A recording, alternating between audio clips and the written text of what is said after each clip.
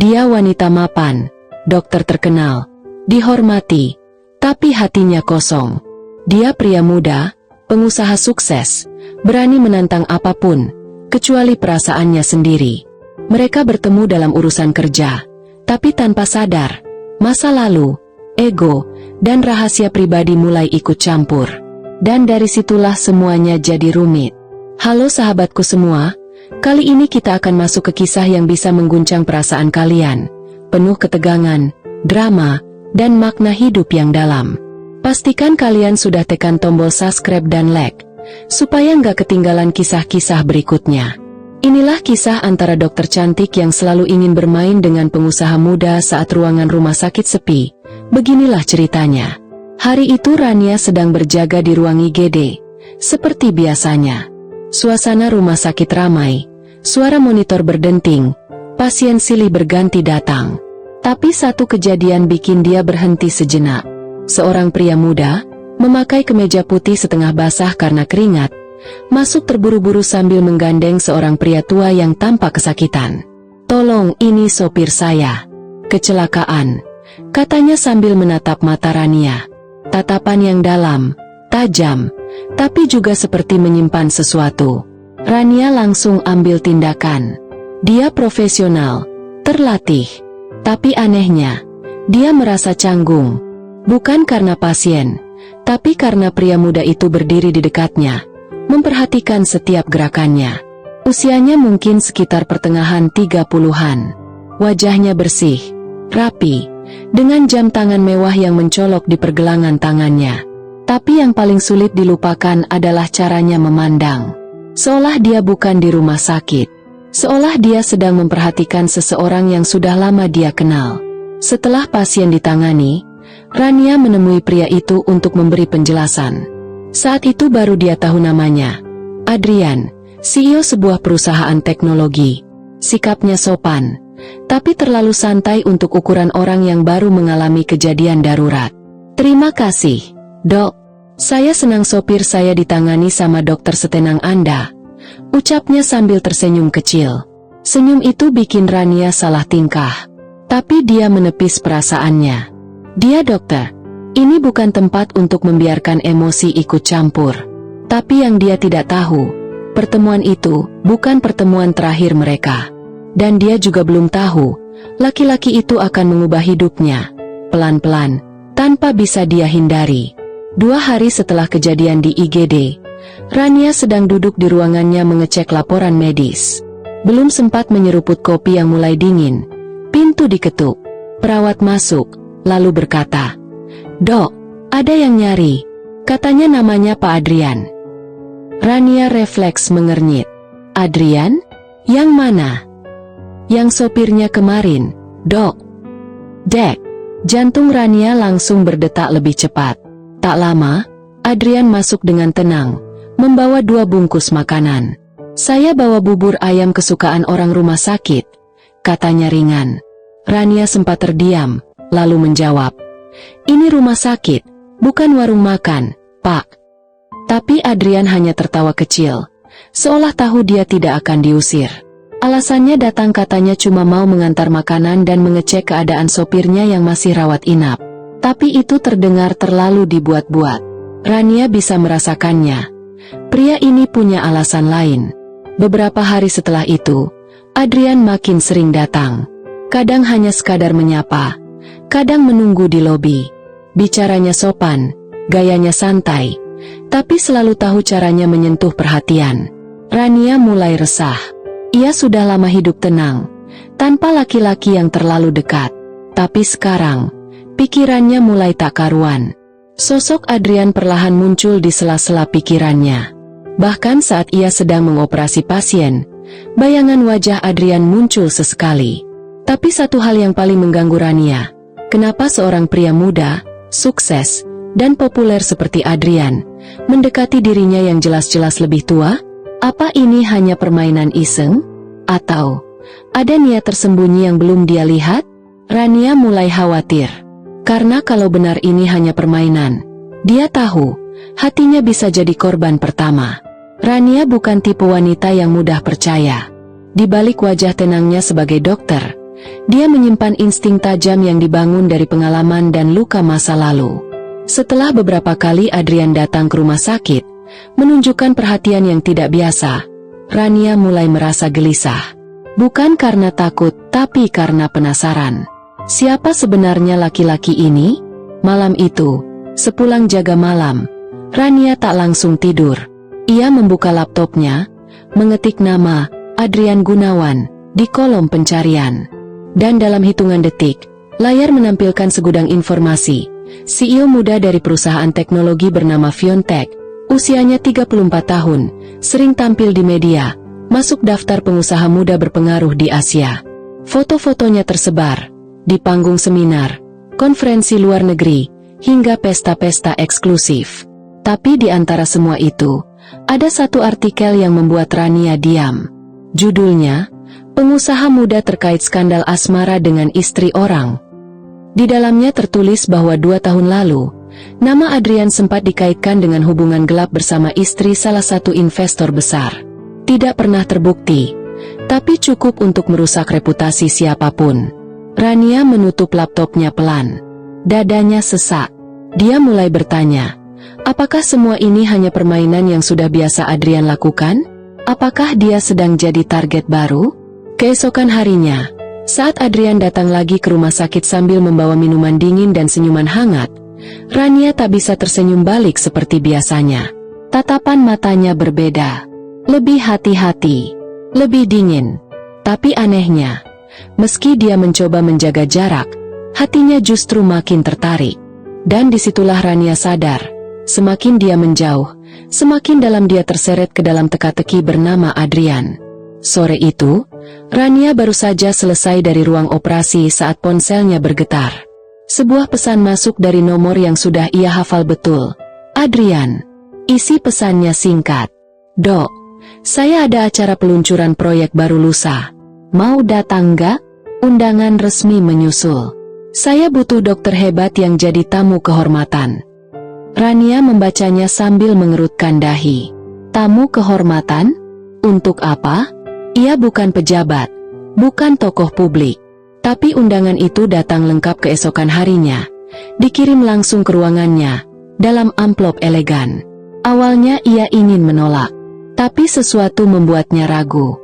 Entah karena rasa ingin tahu, atau karena diam-diam ia ingin melihat seperti apa dunia pria itu sebenarnya.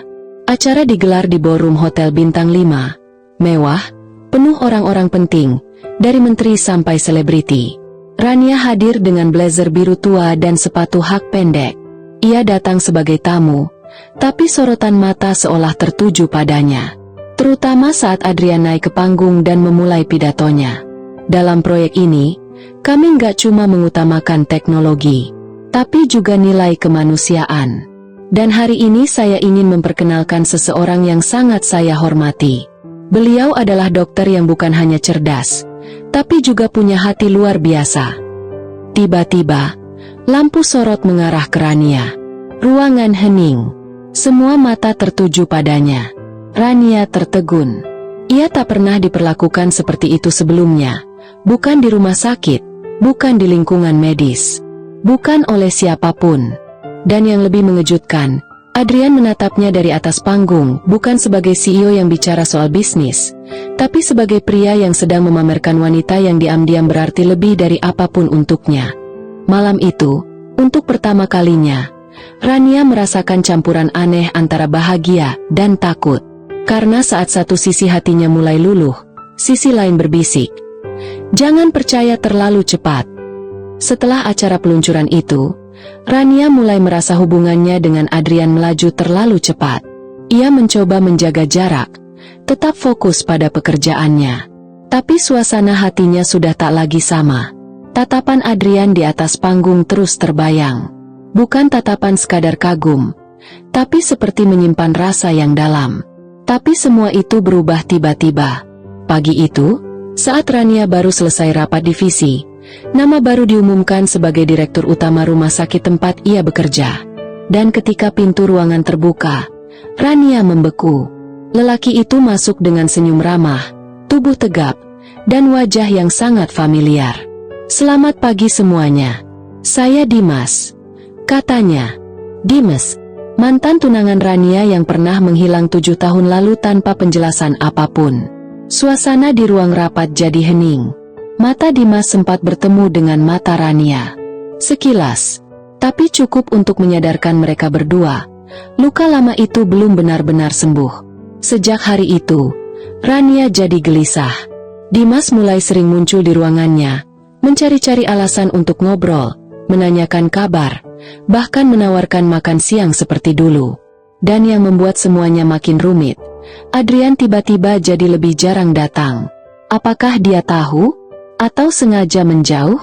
Di balik semua itu, hati Rania terombang-ambing. Di satu sisi, ada Dimas, laki-laki pertama yang pernah dia cintai, yang kini kembali dengan karir lebih tinggi. Di sisi lain, ada Adrian, laki-laki yang baru datang, tapi pelan-pelan mengisi ruang kosong di hatinya. Tapi yang paling membuat Rania takut bukan pilihan antara keduanya, melainkan kenyataan bahwa dia bisa saja salah lagi. Dan kali ini, rasa sakitnya bisa jauh lebih dalam daripada yang dulu. Hubungan Rania dan Adrian mulai terasa aneh. Tak ada pertengkaran, tapi juga tak ada kejelasan. Sejak Dimas kembali, Adrian jarang muncul. Bahkan sekadar chat pun mulai berjarak. Tapi yang paling membuat Rania gelisah, tatapan Adrian saat terakhir kali mereka bertemu. Tatapan yang dingin, seperti seseorang yang menahan kecewa. Rania menyadari sesuatu yang tak ingin dia akui. Adrian cemburu. Padahal, secara status, mereka bukan siapa-siapa. Tidak pacaran. Tidak pernah mengucapkan kata sayang. Tapi perhatian yang dulu terasa hangat, kini berganti jadi diam yang menyiksa. Di sisi lain, Dimas makin gencar mendekat, membawa kenangan masa lalu yang belum selesai. Setiap kali Dimas tersenyum, ada bagian hati Rania yang teringat akan masa-masa indah mereka dulu. Tapi setiap kali Adrian muncul di pikirannya, rasa bersalah justru menghantam lebih keras. Suatu malam, Rania iseng membuka akun media sosial Adrian. Dan di sana, ia melihat sebuah foto. Adrian sedang duduk di rooftop restoran bersama seorang wanita berambut panjang. Captionnya ringan, hanya emoji angin malam dan secangkir teh. Tapi komentar di bawahnya membuat dada Rania sesak. Cocok banget. Akhirnya ada kabar baik dari kamu. Fix, ini cuekmu yang baru, ya? Rania menatap layar ponselnya lama, tanpa berkedip. Rasanya aneh. Dia bukan siapa-siapa bagi Adrian. Tapi kenapa hatinya seperti diremas? Kenapa ada bagian dari dirinya yang merasa digantikan? Malam itu, Rania sadar. Ini bukan soal status, ini soal perasaan. Dan dia tidak siap kehilangan Adrian, bahkan sebelum sempat benar-benar memilikinya. Hujan deras malam itu mengguyur halaman rumah sakit tanpa ampun. Petir menyambar, udara dingin menusuk hingga ke tulang. Rania baru saja selesai melepas jas operasinya ketika telepon dari IGD masuk. Dokter Rania, ada pasien kritis. Kecelakaan di tol. Harus dioperasi sekarang juga. Tanpa pikir panjang, Rania langsung kembali ke ruang tindakan. Wajahnya tegang, langkahnya cepat. Tapi ketika ia tiba, satu sosok membuatnya terpaku. Adrian. Bajunya basah kuyup. Wajahnya penuh panik. Ternyata korban kecelakaan itu adalah ayah sahabatnya. Tolong, dok, nyawanya di tangan kalian, ucap Adrian lirih, penuh tekanan. Tapi kali ini, tak ada senyum manis. Tak ada candaan seperti biasanya. Hanya mata yang memohon dan tubuh yang gemetar karena dingin dan rasa takut. Rania memimpin operasi lebih dari 3 jam. Konsentrasinya penuh. Keringat mengucur deras meski ruang bedah dingin. Begitu operasi dinyatakan berhasil, ia keluar dengan langkah lelah. Di kursi panjang dekat ruang operasi, Adrian masih duduk, kepala tertunduk. Saat Rania mendekat, pria itu langsung berdiri. Terima kasih, dok, katanya pelan. Tapi kemudian dia menatap Rania lama. Tak ada kata, hanya diam. Lalu tiba-tiba, Adrian bicara, lirih tapi jelas. Aku nggak bisa pura-pura lagi. Rania menelan ludah. Maksud kamu? Aku suka kamu, dok. Dari awal. Tapi aku tahu kamu ngerem. Aku tahu kamu takut. Tapi aku juga capek pura-pura jadi cuma teman. Rania terdiam. Di lorong rumah sakit yang sunyi, hanya suara hujan yang terdengar. Tapi dalam dirinya, suara hati justru paling ribut. Perasaannya yang ia tahan selama ini, seakan meledak begitu saja. Dan untuk pertama kalinya, dia tidak menjawab dengan logika. Ia hanya menatap Adrian dalam-dalam, tanpa kata.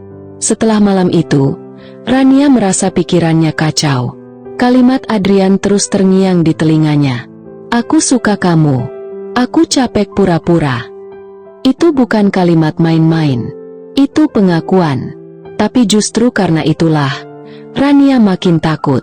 2 hari kemudian, Adrian kembali datang. Tapi kali ini, bukan untuk basa-basi. Ia langsung duduk di seberang meja Rania, menatap serius. Aku tahu kamu perempuan yang terlalu hati-hati. Aku juga tahu, kamu takut hubungan ini nggak akan kemana-mana. Tapi kamu juga tahu kan, aku nggak main-main.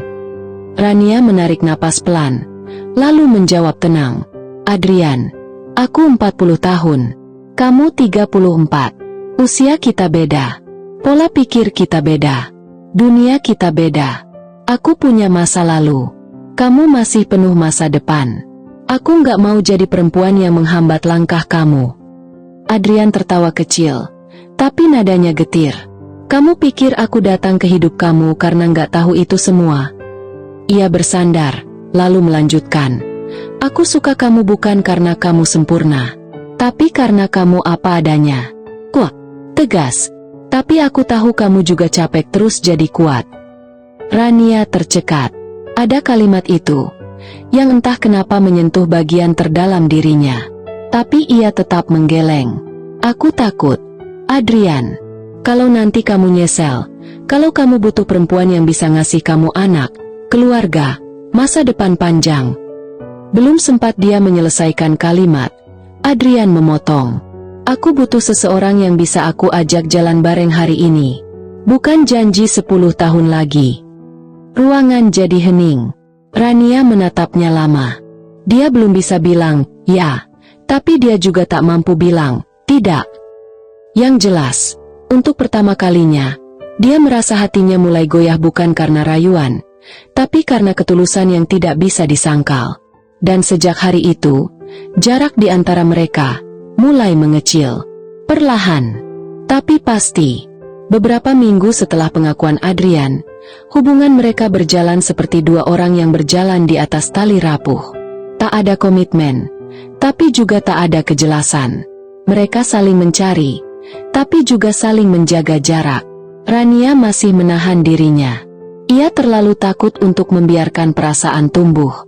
Tapi di dalam diam, ia tahu, rasa itu makin hari makin besar.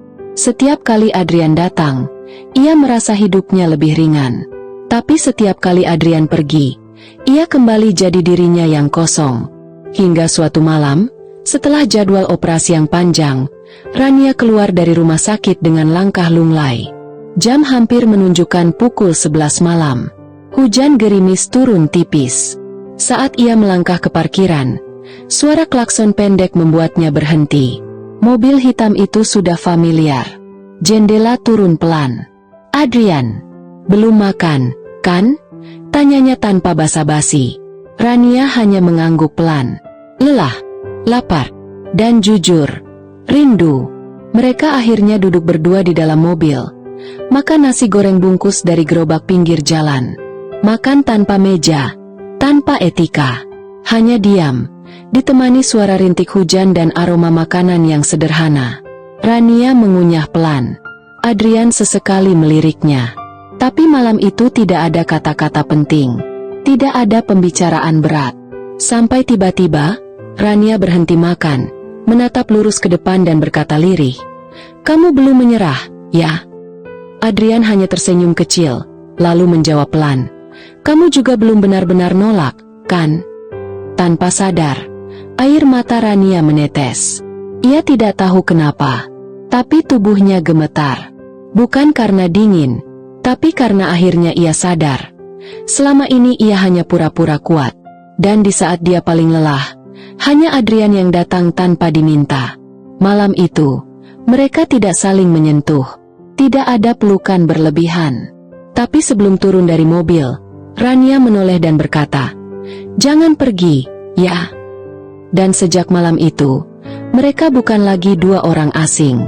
Saat hubungan mereka mulai hangat, badai datang tanpa aba-aba. Pagi itu, Rania dipanggil ke ruang direktur untuk rapat mendadak. Isinya mengejutkan. Sebuah proyek pengembangan rumah sakit yang selama ini didanai oleh perusahaan milik Adrian, kini sedang diselidiki karena dugaan penyalahgunaan dana. Lebih mengejutkan lagi, nama Rania ikut terseret. Sebagai penasehat medis proyek, namanya muncul di beberapa dokumen yang dicurigai sebagai alur dana fiktif. Rania membeku. Keringat dingin langsung membasahi punggungnya. Apa ini ulah Adrian? Pikirnya. Apa selama ini semua perhatian itu hanya cara halus untuk menariknya masuk dalam permainan kotor? Dalam diam, pikirannya kacau. Ia merasa seperti ditampar kenyataan. Laki-laki yang perlahan mulai ia percaya, justru terlibat dalam skandal yang mengancam reputasi dan karirnya. Hari itu, Rania mengunci diri di ruangannya. Tidak bicara dengan siapapun. Bahkan saat Adrian menghubungi lewat telepon dan chat berkali-kali, ia tidak membalas satupun. Ia marah, kecewa, tapi yang paling menghancurkan, ia merasa dikhianati. Malamnya, media mulai ramai membicarakan kasus ini. Nama Adrian disebut sebagai otak di balik pendanaan proyek. Wajahnya terpampang di berita online dengan judul-judul miring. CEO muda terlibat skandal dana rumah sakit. Siapa dokter perempuan di balik proyek fiktif ini? Rania ingin menyangkal semuanya. Tapi ia terlalu bingung, terlalu sakit. Dalam satu malam, semua yang ia bangun terasa runtuh. Dan untuk pertama kalinya sejak mengenal Adrian, Rania menangis bukan karena rindu, tapi karena takut bahwa semua ini memang bukan cinta, melainkan jebakan. Setelah berita itu meledak, Rania mengambil keputusan yang berat, menjauh. Ia tidak mau menunggu bukti, tidak mau mendengar klarifikasi. Baginya, saat karir dan nama baik dipertaruhkan, tak ada ruang untuk pertimbangan perasaan. Ia memblokir nomor Adrian, menonaktifkan semua notifikasi, keluar dari grup internal proyek rumah sakit. Bahkan saat Adrian datang ke rumah sakit, Rania meminta satpam untuk tidak mengizinkan dia naik ke ruangannya. Harinya kembali penuh dengan pasien. Tapi setiap kali menyendiri, wajah Adrian muncul di pikirannya.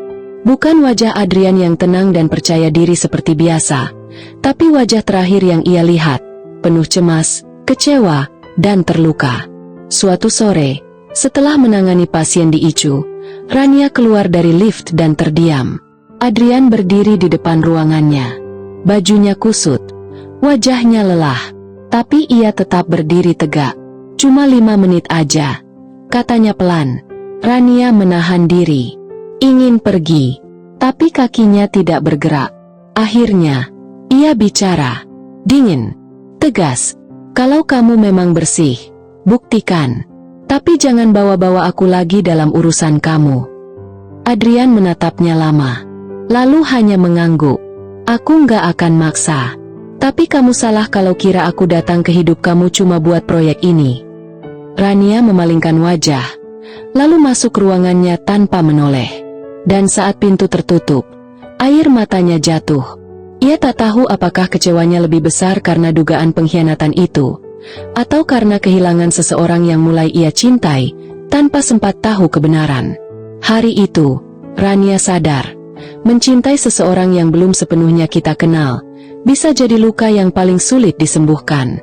3 minggu berlalu sejak Rania memutuskan memblokir semua akses dari Adrian.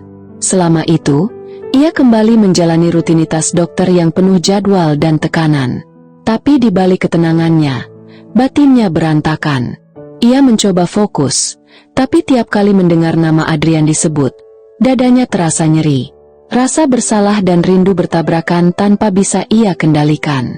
Sampai suatu siang, ia dipanggil ke ruang rapat direksi. Isinya mengejutkan. Kepala audit internal rumah sakit datang membawa hasil penyelidikan lengkap. Dengan suara tenang tapi tegas, ia membuka slide presentasi. Setelah dilakukan audit menyeluruh, ditemukan bahwa penyalahgunaan dana bukan berasal dari pihak investor. Justru pihak perusahaan Adrian Gunawan adalah satu-satunya yang melaporkan kejanggalan sejak awal. Rania terdiam. Tangannya gemetar. Ada bukti komunikasi Adrian dengan kami, dan juga laporan resmi ke pihak berwenang. Bahkan sebelum kasus ini ramai di media, lanjut kepala audit. Suara orang-orang di ruangan mulai terdengar sayup-sayup di telinga Rania. Satu kalimat terus terngiang di kepalanya. Kamu salah kalau kira aku datang ke hidup kamu cuma buat proyek ini. Setelah rapat selesai, ia kembali ke ruangannya dalam keadaan limbung. Rasa malu, sedih, dan menyesal bercampur jadi satu. Selama ini, ia yang membangun tembok tinggi. Ia yang menutup pintu saat Adrian mencoba menjelaskan. Padahal, Adrian justru satu-satunya orang yang melindungi nama baik rumah sakit, dan diam-diam juga menjaga nama Rania. Hari itu, Rania sadar, dia sudah menyakiti orang yang tak pernah berniat menyakitinya. Dan yang lebih menyakitkan lagi, mungkin sudah terlambat untuk minta maaf. Sore itu langit mendung, udara lembab, seperti menahan hujan yang belum turun. Rania duduk sendirian di kursi kafe kecil dekat rumah sakit, tempat yang dulu beberapa kali ia kunjungi bersama Adrian. Tapi hari ini berbeda. Ia yang memilih tempat itu. Ia yang mengirim pesan, dan ia yang menunggu.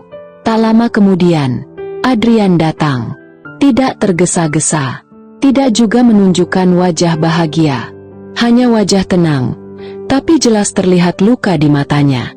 Ia duduk di seberang Rania, tanpa sepatah kata.